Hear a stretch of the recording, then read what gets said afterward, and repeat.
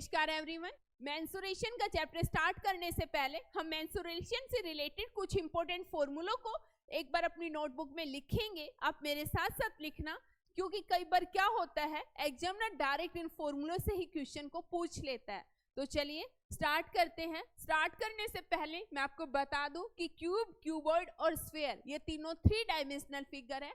3 dimensional figure वो होती है जिसकी तीनों साइड होती है, मीन्स लेंथ भी होती है, ब्रेड्थ भी होती है और हाइट भी होती है। देखिए जब हम क्यूब की बात करेंगे तो ये क्यूब की फिगर है। मैं इधर हो रही हूँ ताकि तब तक आप फॉर्मूलों को एक बार ऐसे पोच कर लिया करो। ये क्यूब है, क्यूब की वो फिगर है जिसकी तीनों साइड इक्वल है, लेंथ, ब्रेड्थ और हाइट। तो इसमें वॉल्यूम ऑफ क्यूब होगा साइड का cube, lateral surface area of cube होगा 4a square, total surface area 6a square. ध्यान रखना लेटरल सरफेस एरिया और टोटल सरफेस एरिया में क्या डिफरेंस है। लेटरल के अंदर हम सिर्फ वर्टिकल दीवारों की बात करेंगे। वर्टिकल जो दीवारें हैं टॉप और बॉटम की बात नहीं करते। किसकी बात नहीं करते? टॉप और बॉटम की बात नहीं करते। जब हम टोटल सरफेस एरिया की बात करते हैं उसमें हमारा टॉप और बॉटम भी इंक्लूड होता है, इसीलिए क्या बनेगा 6a square. Diagonal of cube, ये किसी क्यूब का डायगोनल है जिसका फॉर्मूला होता है √3a। क्या होता है? √3a। समझ में आया? अब उसके बाद होती है क्यूबॉइड, जो 2 रेक्टेंगल से मिलकर बनता है। ये क्यूबॉइड की फिगर होती है, ये इस तरीके से, ये 2 रेक्टेंगलों से मिलकर बनता है। इसकी वॉल्यूम होता है L cross B cross H। अगर लेटरल सरफेस एरिया होगा तो क्या होगा 2 × L + B क्रॉस H। ध्यान रखना अगर टोटल सरफेस एरिया की बात करेंगे तो 2LB + BH + HL। ठीक है, इसी तरीके से डायगोनल ऑफ क्यूबॉइड होगा √L² + B² + H²। इसी में इसके बाद बारी आती है एक सिलेंडर की। ध्यान रखना ये कोई भी एक सिलेंड्रिकल फिगर होती है, ये वाली ये सिलेंड्रिकल है, ये क्या कहलाती है? ये वाली ये रेडियस कहलाती है। ये जो डिस्टेंस होता है यहाँ से यहाँ तक की हाइट कहलाता है। वॉल्यूम ऑफ सिलेंडर होता है πr²h। अगर लेटरल सरफेस एरिया की बात करते हैं तो 2πrh होगा।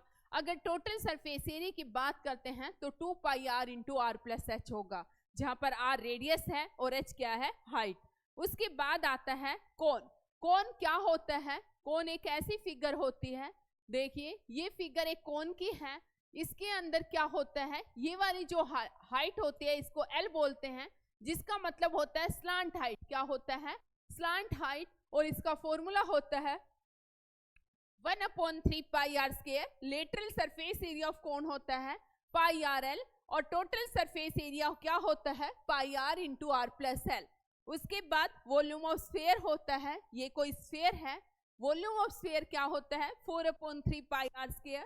टोटल सरफेस एरिया होता है 4πr²। ध्यान रखना लेकिन जब वॉल्यूम ऑफ हेमिस्फीयर की बात करेंगे 2/3πr² है, लेकिन lateral surface area of hemisphere होता है 2πr² और total surface area of hemisphere क्या होता है 3πr²। समझ में आया? इसमें कंफ्यूज मत हो जाना, क्योंकि आप सोचोगे 4πr² का हाफ कर दिया 2πr², लेकिन ध्यान रखना लेटरल सरफेस एरिया होता है 2πr²। अगर टोटल स्फीयर एरिया की बात करता है तो 3πr²। समझ में आया? अब आगे बात आता है ट्रायंगल। देखिए जो 3 साइडों से मिलकर कोई भी फिगर बनती है उसे हम ट्रायंगल का नाम देते हैं। कंडीशन होती है ट्रायंगल में कि या तो सभी साइडें डिफरेंट हैं, अगर तीनों साइडें डिफरेंट हैं तो उसका नाम होता है स्केलन ट्रायंगल। क्या होता है? Scalene triangle. अगर 2 साइड इक्वल हैं तो आइसोसेलेस ट्रायंगल। अगर तीनों की तीनों साइड इक्वल हैं तो इक्विलेटरल ट्रायंगल। क्या बोला जाएगा? Equilateral triangle. Area of triangle का फॉर्मूला क्या होता है 1/2 क्रॉस बेस क्रॉस हाइट। ये जो डिस्टेंस होता है इसे हाइट बोलते हैं, ये जो डिस्टेंस होता है इसे बेस बोलते हैं। उसके बाद सेमी पेरीमीटर ऑफ क्या होता है S होता है A + B + C। S क्या होता है? Semi perimeter A + B + C/2। Semi perimeter का मतलब पेरीमीटर का हाफ कर दो, जिसे S से डिनोट करते हैं, ये P होता है पेरीमीटर। उसके बाद कई बार क्या होता है आपको ये A बेस दे देंगे, ये B दे देंगे और 2 साइडें गिवन है, उनके बीच में एंगल भी गिवन है, तो आपका एरिया ऑफ ट्रायंगल होता है 1/2 A क्रॉस B sin θ। क्या होता है? 1/2 a cross b sine theta. अगर स्केलन ट्राइंगल है तो फॉर्मूला क्या होगा, under root s into S minus A S minus B into S minus C. इस फॉर्मूले का क्या नाम होता है, हीरोज फॉर्मूला। क्या नाम होता है, हीरोज फॉर्मूला। अगर ट्राइंगल इक्विलेटरल है तो उसके एरिया का फॉर्मूला होता है अंडर रूट 3/4 ए स्क्वायर। क्या होता है, अंडर रूट 3/4 ए स्क्वायर। अगर इक्विलेटरल ट्राइंगल है तब हाइट होती है h जो होता है वो किसके इक्वल होता है, अंडर रूट 3/2 ए के। किसके इक्वल होता है, अंडर रूट 3/2 ए के इक्वल होता है। उसके बाद अगर आइसोसेलेस ट्राइंगल है तो उस वक्त क्या हो जाता है फॉर्मूला, एरिया ऑफ ट्राइंगल का 1/2 b under root of b का square minus a square by 4। Note कर लेना, b का square minus a square by 4।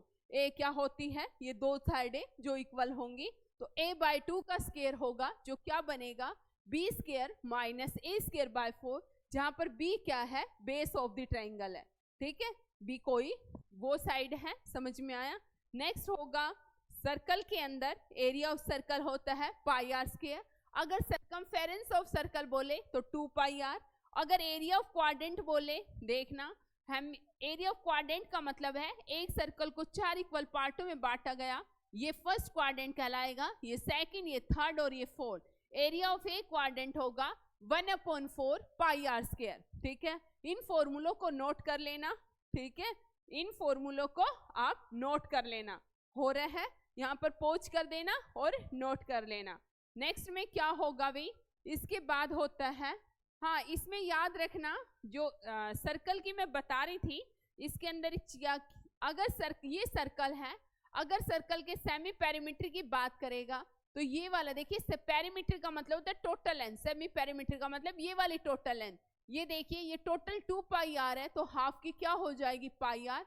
और ये वाला डिस्टेंस कितना होता है, रेडियस का डबल, ये डायमीटर कहलाता है, जो कितना होगा 2r। तो क्या होगी semi perimeter, pi r plus 2r। समझ में आया। नेक्स्ट देखिए, नेक्स्ट में क्या है, कोई भी स्क्वायर फिगर है तो स्क्वायर फिगर है इसका मतलब चारों साइड इक्वल है। कोई भी पॉलीगन है जिसकी चारों साइड इक्वल है वो स्क्वायर कहलाएगा। इसके अंदर एरिया का फॉर्मूला होगा, और ध्यान रखना स्क्वायर के हर एंगल 90 डिग्री के होते हैं, हर एक एंगल क्या होते हैं, 90 डिग्री के। समझ में आया, अदरवाइज वो रोम्बस भी हो सकता था। उसके बाद क्या होगा, पेरीमीटर का होगा 4 इंटू साइड, और डायगोनल होगा अंडर रूट 2a। डायगोनल क्या होता है, अंडर रूट 2a। समझ में आया, डायगोनल क्या होगा, अंडर रूट 2a। इसी तरीके से रेक्टेंगल होगा l क्रॉस b होगा, डायगोनल ये वाली लेंथ ये l होगी, ये b। अगर ये डायगोनल की बात करेगा तो l square plus b square होगा। डायगोनल में भी हर एंगल 90 डिग्री का होता है, लेकिन हर साइड इक्वल नहीं होती। जैसे स्क्वायर में हर एक एंगल 90 डिग्री का होता है और सारी साइडें इक्वल होती है, लेकिन रेक्टेंगल में क्या होता है कि हर एंगल 90 डिग्री का तो होता है, लेकिन हर साइडें इक्वल नहीं होती। नेक्स्ट में क्या होगा, रोम्बस। रोम्बस से बहुत इंपॉर्टेंट क्वेश्चन बन सकता है। एरिया ऑफ रोम्बस क्या होता है, 1/2 into d1 cross d2। d1 क्या है, ये वाला जो डायगोनल है इसको हम नाम देंगे d1। कौन से वाला, ये जो डायगोनल है ये d1 है, ये जो डायगोनल है ये d2 है। एरिया ऑफ रोम्बस क्या होगा, 1/2 क्रॉस d1 क्रॉस d2। समझ में आया, एरिया ऑफ रोम्बस का फॉर्मूला हम ये अप्लाई करेंगे। उसके बाद पेरीमीटर होगा, रोम्बस की सभी साइड इक्वल होती है। रोम्बस की क्या होती है, सभी साइड इक्वल होती है, और डायगोनल एक दूसरे को बाइसेक्ट करते हैं। ठीक है, यहाँ पर हाइट क्या होगी, d1 cross d2 by under root of d1 का स्क्वायर इंटू d2 का स्क्वायर। समझ में आया। नेक्स्ट होती है, अगर साइड निकालनी है तो क्या होगी, 1/2 अंडर रूट ऑफ d1 का स्क्वायर प्लस d2 का स्क्वायर। ये नोट कर लेना, जहां जिस क्वेश्चन में यूज होगी मैं बताऊंगी। मैंने कहा रोम्बस काफी इंपॉर्टेंट है, वहां पर आप इसको याद रखेंगे। उसके बाद हाँ, इससे पहले मैं एक और बात भी बता दूं, कोई भी पॉलीगन होता है कि जिसकी n साइडें होती हैं, पॉलीगन वो होता है जो n साइडों से मिलकर बना होता है। तो वहां पर क्या होता है, sum of interior angle. Sum of interior angle का फॉर्मूला क्या होता है, ध्यान रखना, पॉलीगन में सम ऑफ इंटीरियर एंगल क्या होते हैं, नोट कर लेंगे एंगल क्या होते हैं, n-2 क्रॉस 180, क्या होगा n-2 क्रॉस 180 डिग्री। यहाँ पर n इंडिकेट करेगा कि उस पॉलीगन में कितनी नंबर ऑफ साइड्स है। अगर एक इंटीरियर, ईच इंटीरियर एंगल की बात करेगा, ईच इंटीरियर एंगल, तो कैसे निकालेंगे ईच इंटीरियर एंगल, वो क्या हो जाएगा n-2 क्रॉस 180, इसको किससे डिवाइड कर देंगे, n से। समझ में आया।